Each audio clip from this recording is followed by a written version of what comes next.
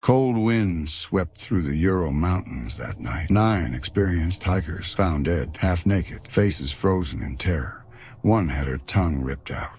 Another had his skull crushed, their tent shredded from the inside. What really happened on that frozen Russian mountainside in 1959 remains one of the most chilling mysteries of the 20th century. This is the Dyatlov Pass Incident. Welcome back to the channel, where we dive deep into the darkest, most mysterious corners of our world. Tonight we take you to the snow-covered wilderness of Soviet Russia, to a case so strange, so haunting. It has baffled investigators, conspiracy theorists, and scientists for over 6 decades. So grab a blanket, turn off the lights, and listen closely, because the mountain may never give up its secrets. January 1959. 10 friends, students, and graduates from the Ural Polytechnic Institute set off for a winter trekking expedition to the Ural Mountains. They were led by Igor Dyatlov, a highly skilled hiker. Their goal, Torton Mountain. But as they advanced through the icy terrain, one member, Yuri Yudin, fell ill and turned back unknowingly, saving his life. The remaining 9 continued their journey and would never be seen alive again. The group made their final camp on the slopes of Kolotyakol, a name which means Mountain of the Dead in the local Mansi language. They set up their tent on a steep incline, exposed to brutal winds, and then silence. No more diary entries.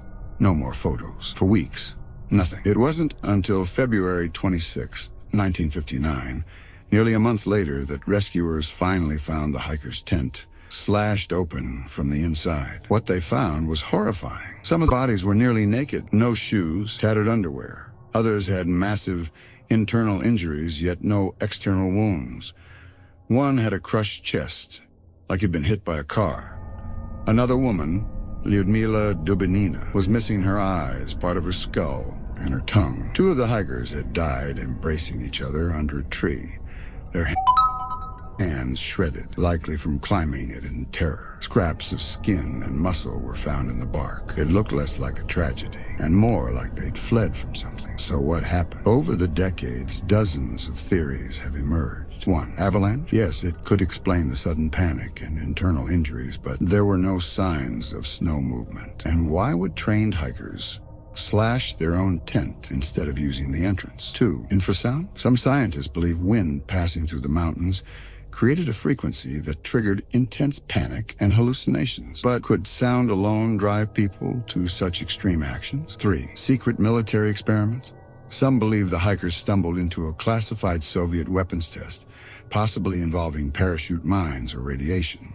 In fact, traces of radiation were found on some of the clothing, but no official report ever confirmed this. 4. Yeti or Mansi attack? No evidence supports either. The Mansi people were peaceful, and there were no animal tracks nearby. 5. The Kármán vortex street theory. This newer theory suggests rare wind patterns could have created sounds so unbearable they caused sheer panic, enough to send the hikers into the deadly cold. 6. But none of these theories fully explain everything. To this day, the Dyatlov Pass Incident remains officially unsolved. The Russian government reopened the case in 2019 and again ruled it an avalanche, but few believe it. There's no evidence of snow movement, no logic in the hikers' desperate, chaotic actions, and no explanation for the missing tongue, the crushed ribs, the radiation, or the overwhelming sense of fear they clearly felt. 9 young lives ended on that mountain, and whatever chased them into the snow may still be out there. What do you think happened that night on the Mountain of the Dead? Drop your theory in the comments below. And if you enjoy chilling mysteries like this, make sure to like, subscribe, and hit the bell so you never miss a nightmarish tale. Until next time, stay curious, stay cautious, and never camp on Kolotyakol.